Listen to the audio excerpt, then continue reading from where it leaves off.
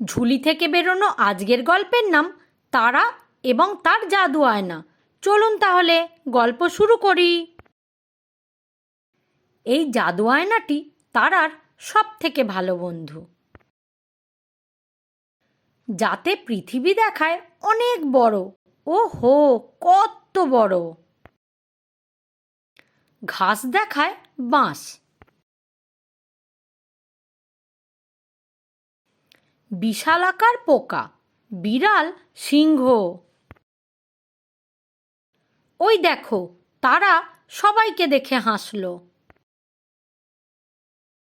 বলো বন্ধু, আগামীকাল কি কি খেলা দেখাবে? বাচ্চারা, গল্পটি তোমাদের কেমন লাগলো? ভালো লেগেছে তো? এই রকম আরও মজাদার গল্প নিয়ে আবার দেখা হবে। ততদিনের জন্য নমস্কার। এই ধরনের মজাদার গল্প শোনার জন্য এই কিউআর কোডটি স্ক্যান করুন।